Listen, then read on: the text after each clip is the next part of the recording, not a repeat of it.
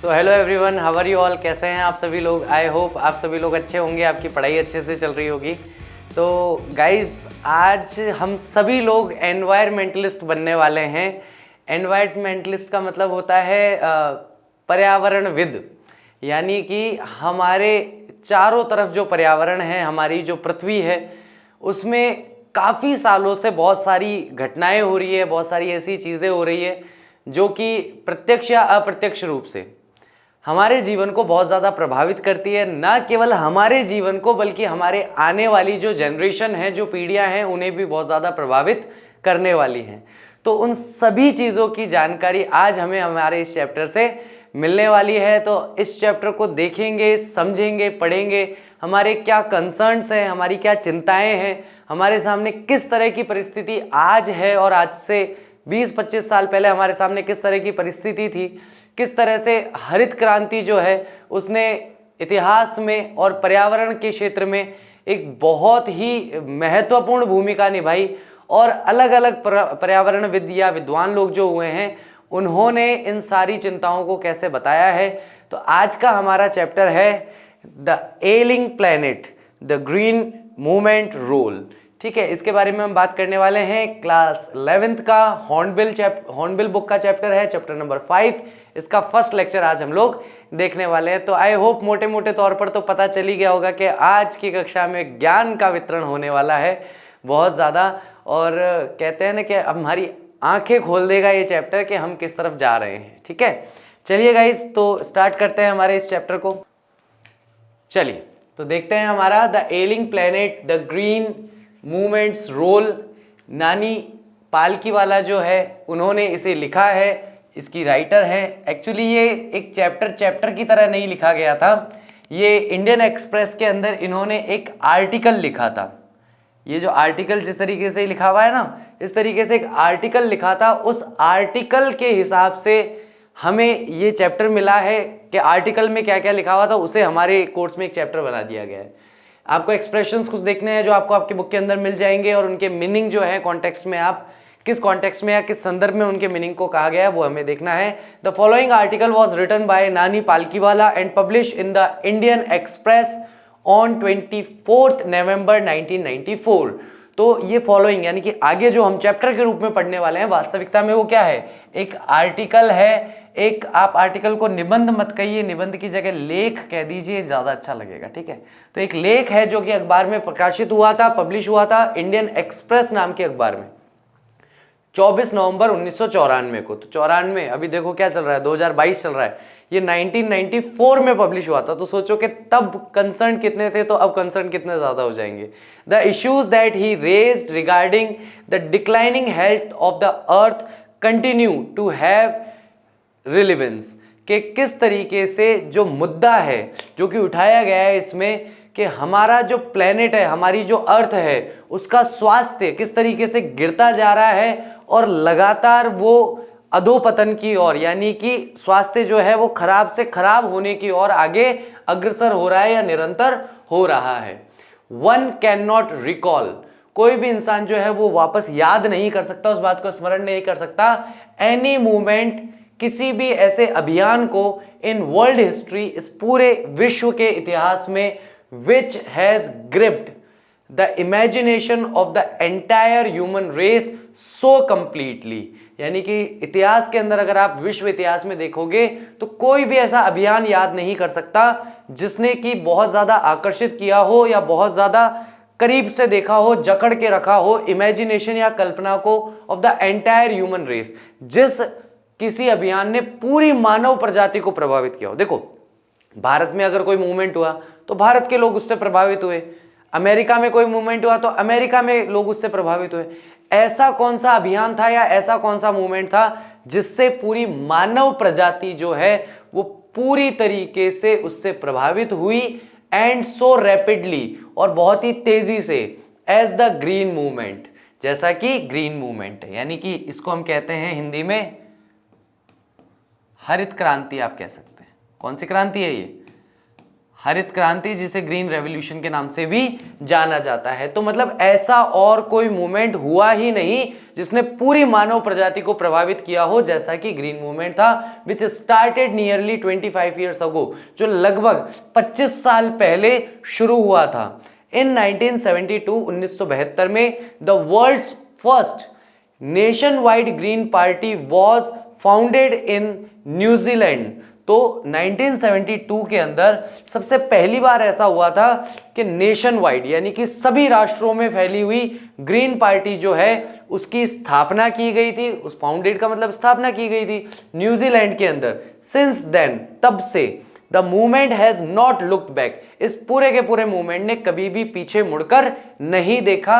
यानी कि सीधे तौर पर कहूं तो 1972 से जब से लोगों का ध्यान हरियाली की ओर या प्रकृति की ओर गया है, तब से अब तक, ना केवल जब तक ये रिपोर्ट पब्लिश हुई बल्कि आज तक भी 2022 तक भी ये सारी की सारी चीजें लोगों की नजरों में लगातार बनी हुई है। और लोग या बहुत सारी संस्थाएं जो हैं बहुत ज्यादा काम कर रही हैं हमारे प्लेनेट को या हमारी प्रकृति को बेहतर से बेहतर बनाने के लिए।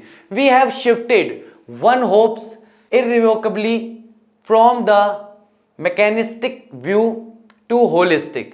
हम लोगों का जो ध्यान है, हम लोग जो है शिफ्ट हो चुके हैं। शिफ्ट यानी एक जगह से दूसरी जगह पहुंच चुके हैं। कैसे? वैचारिक तौर पर वन होप्स, कोई भी व्यक्ति जो आशा करता है। इररिवोकेबली का मतलब होता है अखंड रूप से, from the mechanistic view to a holistic, यानी कि मैकेनिस्टिक का मतलब क्या होता है? यंत्रवत,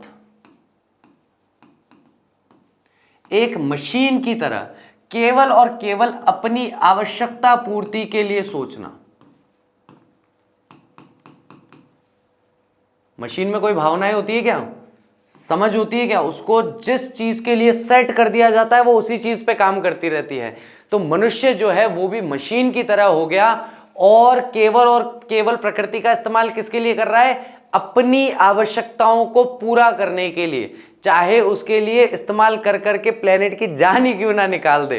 तो ऐसे मैकेनिस्टिक व्यू से हम लोग चेंज हो गए हैं और वहां से हम होलिस्टिक यानी कि समग्र रूप से, यानी बहुत ही आप कह सकते हो कि चिंताशील हो गए हैं, या फिर आप कह सकते हो कि भावनाशील हो गए हैं। इसके काफी सारे अर्थ निकल सकते हैं। ठीक है, कि अब हम सोच समझ करके चीजों का इस्तेमाल करते हैं कि भाई हमें अपना जीवन तो सही तरीके से चलाना ही है, लेकिन अपना जीवन या अपनी आवश्यकताओं को पूरा करने के लिए हम अपनी प्रकृति का सत्यानाश ना कर दें, उस चीज पर ध्यान देना लोगों ने शुरू किया। And ecological view of the world, और इकोलॉजिकल यानी जितने भी जीव जंतु इस पूरे वातावरण में रहते हैं उनके साथ एक सामंजस्य स्थापित करके जीवन जीना, व्यू ऑफ वर्ल्ड जो है वो देखने को मिला। It is a shift in human perceptions as revolutionary as that introduced by Copernicus, who taught mankind in the 16th century that the earth and the other planets revolved round the sun। तो ये जो ध्यान है, ये जो shift है human perception का, यानी कि मानवों का जो दृष्टिकोण है, क्या है? दृष्टिकोण, या ये जो नजरिया है जो इंसानों का चेंज हुआ है, ये बोध या ज्ञान जो चेंज हुआ है एज रेवोल्यूशनरी, ये उतना ही क्रांतिकारी था जितना कि एज दैट द इंट्रोड्यूस, उतना ही जितना कि इंट्रोड्यूस किया गया था कोपरनिकस के द्वारा। इनका पूरा नाम है, मैं बताऊं या होमवर्क दूं? चलो मैं इनका पूरा नाम नहीं बता रहा हूं, आप लोग मुझे कमेंट करके बताओ इनका पूरा नाम क्या है। थोड़ी सी जानकारी इनके बारे में दे देता हूं। ये एक बहुत ही जाने माने गणितज्ञ है, मैथमेटिशियन है, और इन्होंने ही ये थ्योरी दी थी कि पृथ्वी और पृथ्वी जैसे जितने भी ग्रह हैं वो सारे के सारे सूर्य की परिक्रमा करते हैं। तो ये कितनी बड़ी जानकारी थी, जितना रेवोल्यूशनरी ये इंट्रोडक्शन था उतना ही रेवोल्यूशनरी लोगों का ये शिफ्टिंग थी कि जब वो मैकेनिस्टिक से चेंज होकर के होलिस्टिक हो गए थे, तो वो चेंज भी उतना ही इंपॉर्टेंट है जितना इंपॉर्टेंट इनके द्वारा कही गई बात है। कौन सी? कि उन्होंने मानव जाति को, मैनकाइंड को ये समझाया या ये सिखाया 16th सेंचुरी, 16वीं शताब्दी में, कि अर्थ जो है, पृथ्वी जो है, और दूसरे प्लेनेट और दूसरे ग्रह जो हैं रिवॉल्व का मतलब होता है परिक्रमा करना। तो ये सब क्या करते हैं, परिक्रमा करते हैं, चारों तरफ चक्कर लगाते हैं राउंड द सन, सन के या सूर्य के चारों ओर। For the first time in human history, पहली बार मानव इतिहास में, there is a growing worldwide consciousness that the earth itself is a living organism. क्या कह रहे हैं, पहली बार मानव इतिहास में ऐसा हुआ कि लोग जो हैं ग्रोइंग, यानी कि वर्ल्ड वाइड कॉन्शियसनेस, कॉन्शियसनेस का मतलब होता है चेतना या जागृति आ रही है लोगों में वर्ल्ड वाइड, पूरे संसार के स्तर पे। और ये जागृति या ये चेतना जो है ये समय के साथ साथ बढ़ती भी जा रही है कि अर्थ जो है, पृथ्वी जो है, वो कोई निर्जीव वस्तु नहीं है, वह स्वयं सजीव है। यानी कि पृथ्वी भी जीती जागती एक, आप कह सकते हो कि एक जीव है जो कि जिंदा है, जिसमें कि प्राण है। An enormous being of which, एक इतना बड़ा या इतना विशाल जीव, of which we are part, जिसके हम लोग केवल एक हिस्सा मात्र हैं। ठीक है, हम भी उसी पृथ्वी का एक हिस्सा हैं, हम भी उसी का एक भाग हैं, लेकिन पृथ्वी जो है वो स्वयं भी एक जीती जागती एंटिटी है, ऐसा माना गया। It has its own metabolic, इसका अपना खुद का एक उपापचायी तंत्र है, यानी भोजन को ऊर्जा में बदलने वाला तंत्र है। नीड्स यानी मेटाबॉलिक नीड्स है, इसकी खुद की अपनी कुछ आवश्यकताएं हैं। एंड वाइटल प्रोसेसेस, और बहुत ही महत्वपूर्ण, वाइटल का मतलब क्या होता है, बहुत ही महत्वपूर्ण इसके प्रोसेसेस हैं, इसकी प्रक्रियाएं हैं। Which need to be respected and preserved, जिन सारी चीजों की, यानी कि ये जो इसकी खुद की नीड्स हैं और इसके खुद के जो प्रोसेसेस हैं, इनका रेस्पेक्ट किया जाना चाहिए, इनका सम्मान किया जाना चाहिए, और प्रिजर्व्ड, इनकी रक्षा की जानी चाहिए। क्या करना चाहिए, इनकी रक्षा या सुरक्षा की जानी चाहिए। भाई एक पृथ्वी है, उस पृथ्वी पे बहुत सारे पेड़ पौधे लगे हुए हैं, जिससे कि पूरा का पूरा वातावरण या पूरा का पूरा तंत्र उसका चल रहा है। पेड़ पौधे काटे जा रहे हैं, काटे जा रहे हैं, काटे जा रहे हैं, लगातार बिना सोचे समझे नॉन स्टॉप लगे पड़े हैं उसी काम में। ठीक है, तो उससे पृथ्वी के जितने प्रोसेसेस हैं या उसकी जो महत्वपूर्ण आवश्यकताएं हैं, उनका हनन नहीं होगा क्या, उनकी हानि नहीं होगी क्या, हानि होगी ना उसकी। तो आप यहां पर यही चीज देखिए कि जो भी पृथ्वी की आवश्यकताएं हैं या उसके महत्वपूर्ण प्रक्रियाएं हैं, उन सारी आवश्यकताओं को और प्रक्रियाओं को रेस्पेक्ट किया जाना चाहिए और उनकी रक्षा की जानी चाहिए। ठीक है गाइस, नेक्स्ट आता है इसके अंदर, the earth's vital science reveal a patient in declining health. और अर्थ के जो वाइटल साइंस हैं, यानी कि जो महत्वपूर्ण, वाइटल का मतलब पहले बता दिया, महत्वपूर्ण जितने भी चिन्ह हैं वो सब ये दर्शाते हैं कि ये पृथ्वी जो है अब एक पेशेंट हो गई है। क्या हो गई है, एक पेशेंट, यानी कि एक पृथ्वी अब एक रोगी है। और रोगी होने के साथ साथ कैसा रोगी है कि जिसका स्वास्थ्य दिन प्रतिदिन डिक्लाइन होता जा रहा है, खराब होता जा रहा है, यानी उसकी तबियत दिन ब दिन खराब होती जा रही है। एक ऐसे रोगी के रूप में पृथ्वी हमारे सामने है। We have begun to realize our ethical obligations to be good stewards of the planet and responsible trustees of the legacy to future generations. We have begun to realize, और हम लोगों ने ये विचार करना शुरू कर दिया है, ये महसूस करना शुरू कर दिया है कि हमारी एथिकल, हमारी नैतिक जिम्मेदारी है। ऑब्लिगेशन का मतलब क्या होता है, उत्तरदायित्व या जिम्मेदारी।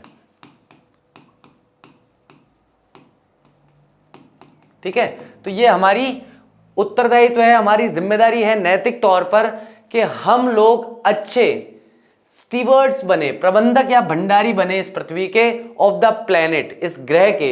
एंड रेस्पॉन्सिबल ट्रस्टीज, ट्रस्टीज का मतलब होता है कि यानी कि कोई भी एक कमेटी है तो उस कमेटी के सदस्य, पृथ्वी नाम की एक कमेटी है, उस पृथ्वी के हम एक सदस्य बने, एक रेस्पॉन्सिबल, एक जिम्मेदार सदस्य बने। द लेगेसी, उस लेगेसी या उस विरासत के, टू फ्यूचर जनरेशन, ताकि जो कुछ हमें पृथ्वी से प्राप्त हुआ है, हमें इस प्लेनेट से प्राप्त हुआ है, हम उसका पूरी तरीके से बर्बादी ना कर दें। हमारी फ्यूचर जनरेशन, आगे आने वाली जो पीढ़ियां हैं, उन पीढ़ियों को ये सारी की सारी चीजें हम लोग, आपको जो कुछ पृथ्वी से मिल रहा है आपका अधिकार थोड़ी है, आपको तो भीख के रूप में मिल रहा है। एटलीस्ट उसको आप सम्मान सहित लेकर के, और जितनी आपकी आवश्यकता है आवश्यकता के अनुसार उसे काम में लेकर के और अगली जनरेशन तक पहुंचाना, ये आपकी जिम्मेदारी है। इसका ये थोड़ी जिम्मेदारी है कि भाई सारा मैं ही खा जाऊं, आने वाली जनरेशन के लिए कुछ बचे ही नहीं, ये जिम्मेदारी थोड़ी हुई, ये तो एक गलत तरीके का व्यवहार हो गया। The concept of sustainable development. Sustainable development आप लोगों ने 10th क्लास में ही पढ़ा होगा, पिछले साल पढ़ के आए होंगे 100%। अब कोविड की वजह से किसी ने पढ़ाई ही नहीं की, बोले सर हम तो ऐसे ही पास हो गए, तो बात अलग है। बाकी तो अगले साल 9th और 10th दोनों क्लास में सस्टेनेबल डेवलपमेंट की एक बहुत ही अच्छी डेफिनेशन दी हुई है कि कॉन्सेप्ट जो है, ये विचारधारा जो है सस्टेनेबल डेवलपमेंट की, कि बिना प्रकृति को नुकसान पहुंचाए हमें डेवलप होना है, यही सस्टेनेबल डेवलपमेंट। आप किसी भी क्षेत्र में, किसी भी चीज में, किसी भी तरीके से डेवलप होना चाहते हैं, होइए, लेकिन आपके डेवलपमेंट में अगर आप नेचर को डिग्रेड कर रहे हैं या प्रकृति का नुकसान कर रहे हैं, तो वो केवल डेवलपमेंट कहलाएगा, सस्टेनेबल डेवलपमेंट नहीं कहलाएगा।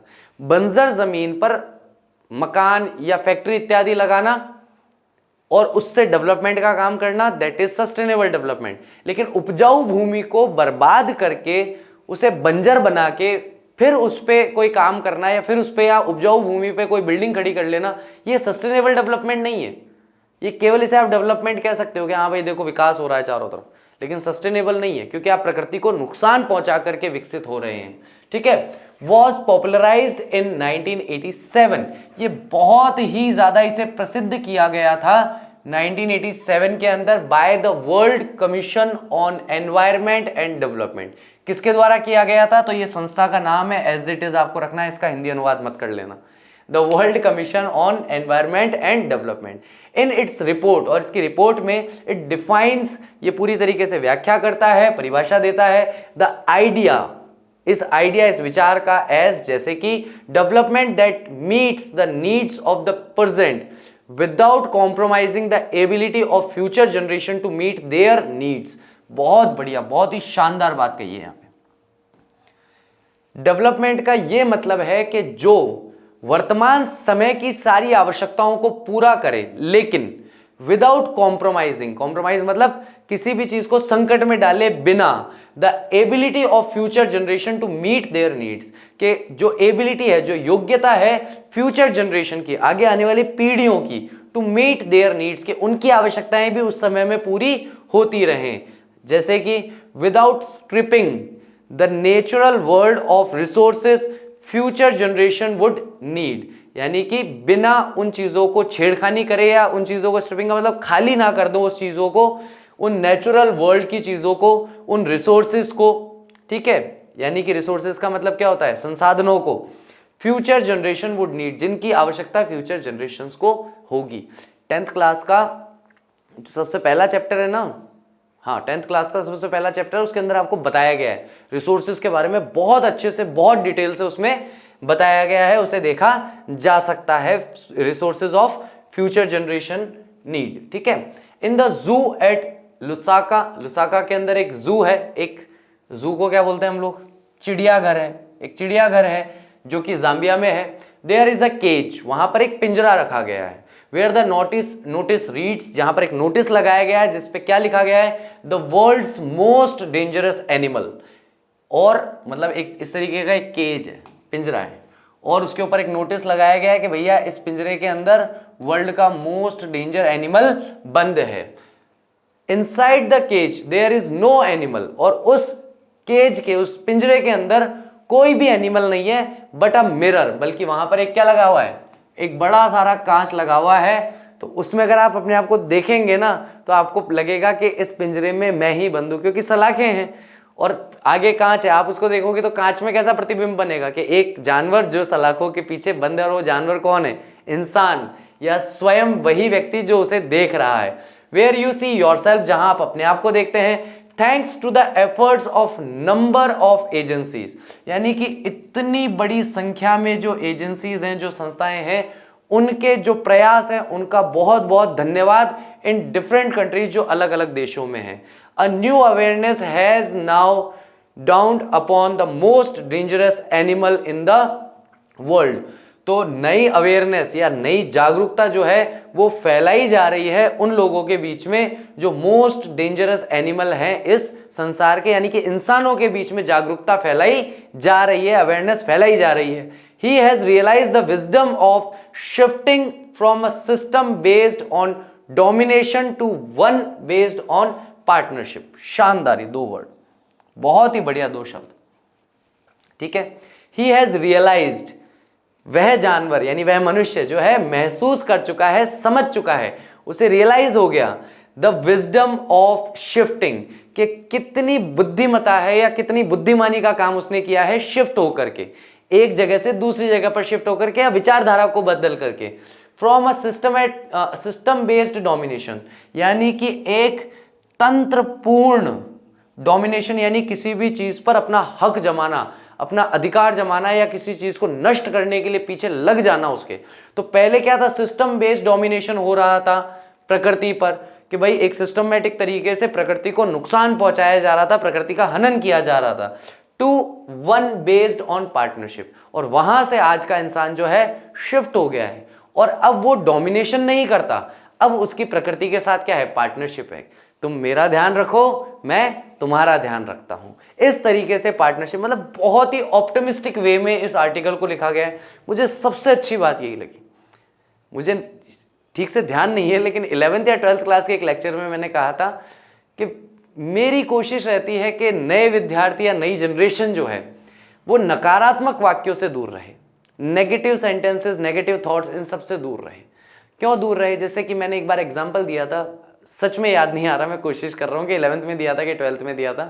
तो मैंने एक एग्जाम्पल दिया था कि आप एक शिक्षक के रूप में अगर विद्यार्थियों को कहते हैं कि देखो चारों तरफ भ्रष्टाचार फैला हुआ है, तो जब विद्यार्थी के सामने मौका आता है कि उसे निर्णय लेना है कि भ्रष्टाचार करना है कि नहीं करना है, लेकिन कई लोगों ने उसे 50 बार कह रखा है कि बहुत भ्रष्टाचार फैला हुआ है, तो उसे लगता है कि यार सभी कर रहे हैं, मैं भी कर लूंगा तो क्या होगा, या जाति भेद जो है वो फैला हुआ है, या सांप्रदायिक सौहार्द जो है वो बिगड़ा हुआ है, तो उसको लगा यार मैं भी कर लूंगा तो क्या हो जाएगा, कोई फर्क नहीं पड़ेगा। तो उसकी अपने आप हिम्मत बन जाती है गलत काम करने की। लेकिन उसकी जगह अगर आप उसे उल्टा कहते हैं कि भाई कहीं कोई भ्रष्टाचार नहीं है, कहीं कोई जातिवाद नहीं है, तो जब उसके करने की बारी आएगी तो उसे डर लगेगा कि यार कोई भ्रष्टाचार नहीं है, मैं उसको शुरुआत करने वाला व्यक्ति तो नहीं बन जाऊंगा।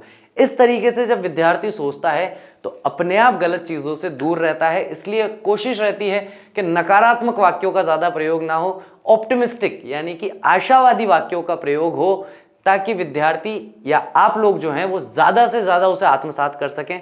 मुझे इस आर्टिकल में सबसे जबरदस्त बात ये लगी कि ये बहुत ही आशावादी तरीके से और बहुत ही सकारात्मक तरीके से लिखा गया है, जो मुझे लगता है कि इसकी सबसे बड़ी खूबसूरती है। ठीक है कि भाई हम लोग जो हैं अब डोमिनेशन करने वाले नहीं हैं, हम लोग प्रकृति के लिए पार्टनर हैं। आप हमारा ध्यान रखिए, हम आपका ध्यान रखेंगे, तो प्रकृति हमारा और हम प्रकृति का ध्यान रखें। साइंटिस्ट हैव कैटलॉग्ड, साइंटिस्ट यानी वैज्ञानिकों ने सूचीबद्ध तरीके से पता लगाया है, यानी कि एक सूची, एक लिस्ट बना ली है अबाउट 1.4 मिलियन, लगभग 1.4 मिलियन जीते जागती प्रजातियों का।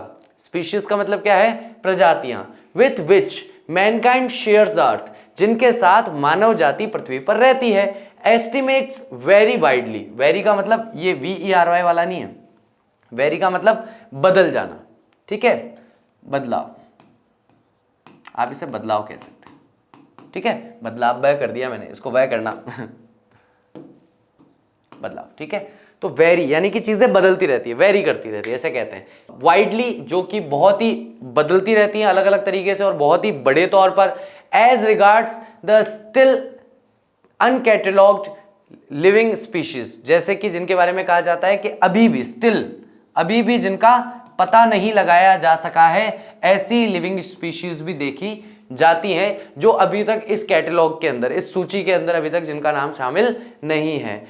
Biologist Recon that about 3 to 100 million, तो बायोलॉजिस्ट जो है वो गणना करते हुए ये कहने का प्रयास कर रहे हैं कि लगभग 3 से लगभग 3 to 100 मिलियन, 3 से लेकर के 100 मिलियन तक अदर लिविंग स्पीशीज जो हैं, other living species still language, अभी भी दुख में पड़ी हुई हैं, अननेम्ड, जिनका नाम भी हमें नहीं पता, इन इग्नोमिनियस। इग्नोमिनियस का मतलब क्या होता है? इग्नोमिनियस का मतलब होता है अपमानपूर्ण, और डार्कनेस का मतलब अज्ञानता में या फिर अंधकार में, ठीक है, अज्ञातता या अंधकार में वो पड़ी हुई हैं। ऐसी प्रजातियां, ऐसी स्पीशीज जिनके बारे में अभी तक लोगों को पता नहीं है, या लोग जिसके बारे में पता नहीं लगा पाए हैं, बायोलॉजिस्ट या साइंटिस्ट को उनके नाम भी नहीं पता। अब सोचो कि ऐसी प्रजातियां कितनी होगी जिनका नाम भी नहीं पता, साइंटिस्ट जिसे जानते भी नहीं है, लेकिन पिछले 50 या 100 साल में प्रकृति में जिस तरीके से परिवर्तन आया है, पता पड़ा कि उनमें से 200-400 तो ऐसी होंगी कि जो पूरी तरह से खत्म भी हो चुकी हैं, यानी कि ना मानव जाति उन्हें आज तक जानती थी और अब भविष्य में हम कभी उन्हें जान पाएंगे, इसके भी स्कोप पूरी तरीके से समाप्त हो गए। तो ऐसे आप सोचो कि अगर दूसरी जो लोग हैं या दूसरी जो प्रजातियां हैं वो अगर पृथ्वी पर इसी तरीके का व्यवहार करना शुरू करें और सारे मानव खत्म हो जाएं, तो बात समझ रहे हो भाई। इस पृथ्वी के लिए, पृथ्वी पूरा एक जीता जागता स्वरूप है, इस पे आप और अगर हम लोग इसका एक पार्ट है, तो जितनी लिविंग स्पीशीज यहां पर हैं वो सब भी तो इसी का पार्ट है। तो जैसे आप उन्हें अपने मतलब के लिए समाप्त किए जा रहे हैं, खत्म किए जा रहे हैं, अगर वो ऐसा करने पे आ जाए तो इंसानों को निपटा दे में, तो फिर क्या होगा, सोच के देखो कैसा लगेगा। One of the early international commissions which dealt inter alia with the question of ecology, एक जो अर्ली इंटरनेशनल कमीशन था जो कि डील कर रहा था, विच डेल्ट का मतलब डील कर रहा था या व्यवस्था कर रहा था, संभाल रहा था चीज को, इंटर एलिया अन्य चीजों के साथ साथ with the question of ecology यानी पारिस्थितिकी तंत्र जो है उसके प्रश्न को भी। And environment was the Brundtland commission, और एनवायरमेंट जो है वो था ब्रेंडिट कमीशन के बारे में, which had a distinguished Indian, जिसके अंदर एक बहुत ही जाने पहचाने या चिर परिचित इंडियन थे, as one of its member, इस संस्था के मेंबर के तौर पर मिस्टर एल.के. झा, जिनका नाम था मिस्टर एल.के. झा, जो पृथ्वी के पारिस्थितिकी तंत्र के साथ साथ अन्य प्रश्नों का भी ध्यान रखते थे या अन्य चीजों पर भी ध्यान वहां पर रखा जाता था। तो फर्स्ट ब्रेंडिट रिपोर्ट, और ब्रेंडिट की पहली जो रिपोर्ट थी रेज्ड द क्वेश्चन, और उसमें सवाल उठाया गया, are we to leave our successors a scorched planet of advancing deserts and impoverished landscapes and ailing environment. सीधा सीधा एक सवाल पूछा गया कि हम लोग, मानव लोग जो हैं, क्या हमारे सक्सेसर्स के लिए, क्या हमारे वंशजों के लिए, जो हमारी आने वाली पीढ़ियां हैं उसके जो वंशज हैं उनके लिए एक झुलसा हुआ प्लेनेट छोड़ के जाएंगे क्या?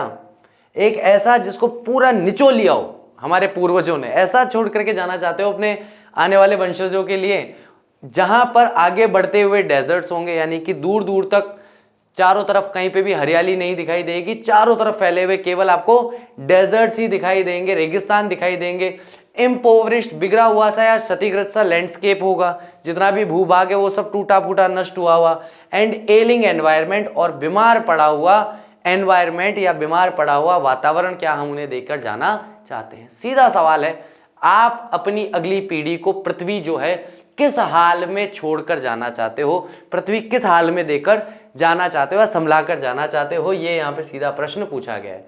Mister Lester R Brown in his thoughtful book, और मिस्टर लेस्टर आर ब्राउन जो है उन्होंने उनकी विचारशील पुस्तक में लिखा है जिसका नाम है the global economic prospect, points out that the earth's principal biological systems are four. उन्होंने पॉइंट आउट किया है कि अर्थ के मूल रूप से या सैद्धांतिक रूप से बायोलॉजिकल सिस्टम्स जो हैं वो 4 प्रकार के हैं, यानी कि पृथ्वी पर टोटल जो है 4 प्रकार की चीजें पाई जाती है, या पृथ्वी जो है इन 4 तत्वों से मिलकर बना है। सबसे पहले फिशरीज। फिशरीज का मतलब होता है समुद्री जीव। फिशरीज से कई बच्चे क्या है कि केवल फिश को मानते हैं, लेकिन फिशरीज में जितने भी आप कह सकते हो जलचर, जल में रहने वाले जितने भी जीव हैं सारे आ जाएंगे। फॉरेस्ट जंगल, ग्रासलैंड्स घास के मैदान, एंड क्रॉपलैंड्स, और वो लैंड जहां पर हम लोग खेतीबाड़ी का काम करते हैं। And they form the foundation of the global economic system, और यही चारों मिलकर के फाउंडेशन का यानी कि आधार का निर्माण करते हैं। किसका आधार का निर्माण करते हैं? इकोनॉमिक सिस्टम का, यानी कि आर्थिक तंत्र का। तो आपका आर्थिक तंत्र जो है ना दुनिया का, पैसा, उसके लिए ये 4 चीजें इंपॉर्टेंट है। अगर ये 4 चीजें नहीं होंगी तो आपका आर्थिक तंत्र भी कार्य नहीं करेगा। In addition to supplying our food, जिसमें और अगर आप जोड़ोगे तो उसमें वो सप्लाई, जो फूड की सप्लाई है वो भी है। These 4 systems provide virtually all the raw materials. निश्चित तौर पर ये 4 सिस्टम जो है हमें हर तरह का रॉ मटेरियल्स यानी कि कच्चा माल बोलते हैं इसको, है ना। आप कुछ भी बनाना चाहते हो उसके लिए कच्चा माल तो नहीं बोलता हूं, सामान बोल देता हूं। कच्चा सामान या कच्चा माल जो है ये उपलब्ध कराता है फॉर इंडस्ट्री, हर एक उद्योग के लिए, एक्सेप्ट मिनरल्स। बस क्या नहीं मिलता है? Minerals and petroleum derived synthesis, यानी कि पेट्रोलियम से बने हुए जितने भी पदार्थ हैं वो हमें इन 4 तंत्रों से नहीं मिलते। बाकी हर इंडस्ट्री के लिए, हर उद्योग के लिए जो भी चीज हमें चाहिए वो सारी की सारी चीजें हमें इन चारों लैंड से प्राप्त होती है, या लैंड के इन 4 प्रकारों से प्राप्त होती है। तो फिशरीज, फॉरेस्ट, तीसरा हो गया ग्रासलैंड, फिर हो गया क्रॉपलैंड्स। ये 4 तरह के लैंड है जिससे हमें हर चीज प्राप्त होती है, खास करके और एडिशनली खाने पीने को भी सब कुछ यहीं से मिलता है। In large areas of the world, world के लार्ज एरिया के अंदर ह्यूमन क्लेम्स, इंसान जो है वो दावे करते हैं on these systems are reaching an unsustainable level, कि ये सारे के सारे तंत्र या सिस्टम जो हैं ये धीरे धीरे अनसस्टेनेबल यानी कि पूरी तरह से स्थिर नहीं है, अस्थिर लेवल पर पहुंचते जा रहे हैं। अ पॉइंट, एक ऐसे बिंदु पर where their productivity is being impaired, जहां पर उनकी प्रोडक्टिविटी का मतलब क्या होता है? आप कह सकते हो उपादेयता। जहां पर उनकी उपादेयता जो है यानी कि किसी भी चीज को उत्पादन करने की जो क्षमता है, कुछ अच्छा करने की जो क्षमता है, इज बीइंग इम्पेयर्ड, जो कि खराब हो चुकी है। व्हेन दिस हैपेंस, और जब ये होता है, फिशरीज कोलैप्सिस, तो फिशरीज यानी कि समुद्री जीव जो है वो नष्ट हो जाते हैं। फॉरेस्ट डिसअपियर, जंगल अदृश्य हो जाते हैं। Grasslands are converted into baron wastelands, और ग्रासलैंड जो है उन्हें बदल दिया जाता है, बैरन का मतलब होता है बंजर, वेस्टलैंड का मतलब होता है खराब भूमि के तौर पर। एंड क्रॉपलैंड्स डिट्रॉइटेड, और जो क्रॉपलैंड है वो भी बद से बदतर होते चले जाते हैं। In a protein conscious and protein hungry world, ये जो संसार है, आज का संसार, जो बॉडी बनाने वाले लोग हैं वो बहुत अच्छे से इसको समझ पाएंगे। बहुत ही प्रोटीन कॉन्शियस हो गया और प्रोटीन हंग्री हो गया, बहुत प्रोटीन चाहिए शरीर में, है ना। कार्ब कम खाया करो, प्रोटीन ज़्यादा लो, फाइबर ज़्यादा लो। आजकल बहुत लोग डाइट कॉन्शियस होते जा रहे हैं ना। इंडिया में तो खैर इतना ज़्यादा नहीं है, ग्रामीण क्षेत्र में कि लोग डाइट कॉन्शियस हो। वहाँ पे तो कई क्षेत्र ऐसे हैं कि 2 वक्त की रोटी मिल जाए वही बड़ी बात है, वो क्या डाइट कॉन्शियस होंगे। लेकिन जिन लोगों के पास है, उपलब्ध है, वो लोग प्रोटीन प्रोटीन प्रोटीन प्रोटीन दिन भर यही गाना गाते रहते हैं। Over fishing is common every day, और इस प्रोटीन की भूख को मिटाने के लिए, इस प्रोटीन कॉन्शियस ये जो लोग हैं, इनकी वजह से फिशिंग जो है वो, ओवर फिशिंग जो है वो कॉमन हो गई है प्रतिदिन में। ओवर फिशिंग मतलब सामान्यतः जितनी मछलियां लेनी चाहिए समुद्र से या किसी भी स्थान से, उससे ज्यादा लेकर के उन जगहों को एग्जॉस्ट किया जा रहा है, उन जगहों को या उन जगहों की फिशरीज को बर्बाद किया जा रहा है। इन पुअर कंट्रीज, गरीब देशों में, local forest are being decimated, जो लोकल फॉरेस्ट हैं उनको सामूहिक रूप से उनका विनाश कर दिया गया है। In order to produce firewood for cooking, ताकि घर में खाना पकाने के लिए जलाऊ लकड़ी पैदा की जा सके। इन सम प्लेसेस, कुछ जगहों पर, firewood has become so expensive, यानी कि जलाऊ लकड़ी इतनी ज्यादा महंगी हो गई है दैट, कि यहां पे कोटेशन कहा गया है, ये कोट है। क्या है ये quote? What goes under the pot now cost more than what goes inside it. शानदार चीज। मान लीजिए कि भाई यहाँ पे एक चूल्हा है, इस चूल्हे के ऊपर ये हांडी रखी हुई है, ठीक है, जिसके अंदर आपके खाने पीने का सामान पक रहा है। यहाँ पर आप जो लकड़ी डाल रहे हो ना जलाने के लिए, पता पड़ रहा है कि इस लकड़ी की जो कीमत है वो ज्यादा है किससे? जो भी खाने पीने का सामान आपने इसमें रखा हुआ है उससे। यानी कि जो खाने पीने का सामान है वो तो सस्ता पड़ रहा है, लेकिन उस खाने पीने के सामान को पकाने के लिए जो लकड़ी चाहिए वो लकड़ी ज्यादा महंगी पड़ रही है। सिंस द ट्रॉपिकल फॉरेस्ट, जबकि जो ट्रॉपिकल फॉरेस्ट है इन द वर्ड्स, और अगर हम डॉक्टर मेयर्स के शब्दों में कहें, the power house of the evolution, यानी कि जो पावर हाउस है, जो शक्ति देने वाला है इस जैविक विकास को, several species of life face extinction as a result of its destruction. यानी कि बहुत सारी ऐसी स्पीशीज हैं, प्रजातियां हैं जो कि एक्सटिंक्शन को महसूस कर रही है। एक्सटिंक्शन का मतलब हो गया कि लुप्त हो रही है,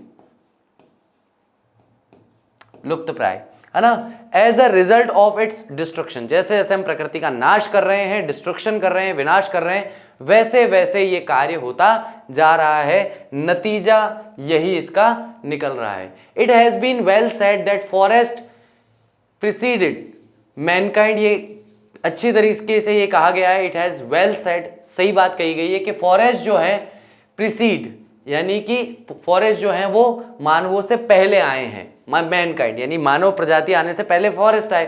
डेजर्ट फॉलोज, और डेजर्ट जो हैं वो मानव प्रजाति के बाद आए, तो इसका मतलब सारे हरे भरे लैंड को डेजर्ट करने वाली कौन है? मानव प्रजाति है। मानव प्रजाति जो है वही पेड़ काट रही है, लैंड को बराबर कर रही है और फिर वो डेजर्ट बन जाते हैं।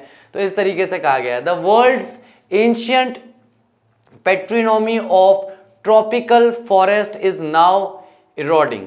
जो प्राचीन हमारी पैट्रिनोमी है यानी विरासत में मिली हुई जो जायदाद है हमें, क्या ट्रॉपिकल फॉरेस्ट के रूप में, उष्ण कटिबंधीय जो वन है उसके रूप में, नाउ इरोडिंग, अब ये धीरे धीरे खत्म होते जा रहे हैं at the rate of 40 to 50 million acres a year. और किस तादाद में खत्म हो रहे हैं? 40 से 50 मिलियन एकड़ एक साल में फॉरेस्ट जो हैं वो बर्बाद हो जाते हैं।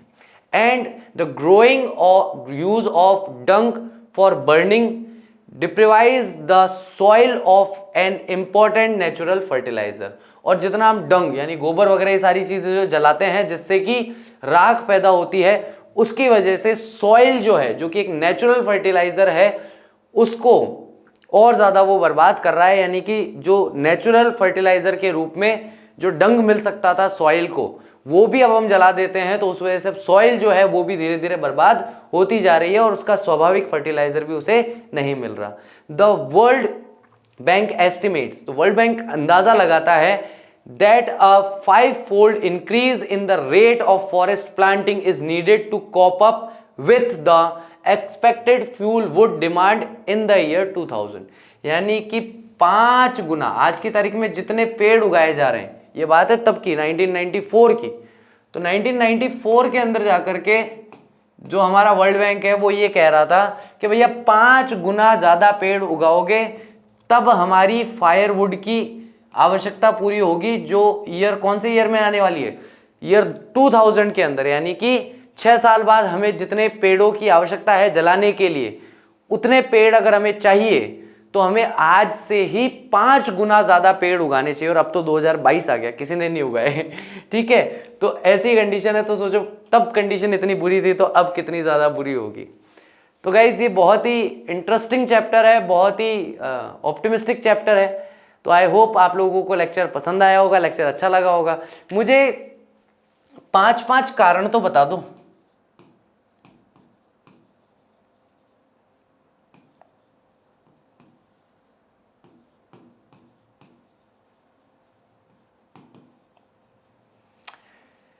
पांच रीजन जिसकी वजह से हमारा एनवायरनमेंट या हमारी पृथ्वी खराब हो रही है, हमारी पृथ्वी बीमार हो रही है, उसके 5 कारण क्या हैं और उन 5 कारणों का सल्यूशन क्या है। ऐसे कौन से 5 कारण हैं जिससे पृथ्वी बर्बाद हो रही है और आपके हिसाब से उनके 5 संभव या पॉसिबल सॉल्यूशंस क्या हो सकते हैं। तो आज के लिए गाइस ये काम है, इसको फटाफट से करके रखिए। I will see you in my next lecture. Till that take care of yourself, bye bye, see you.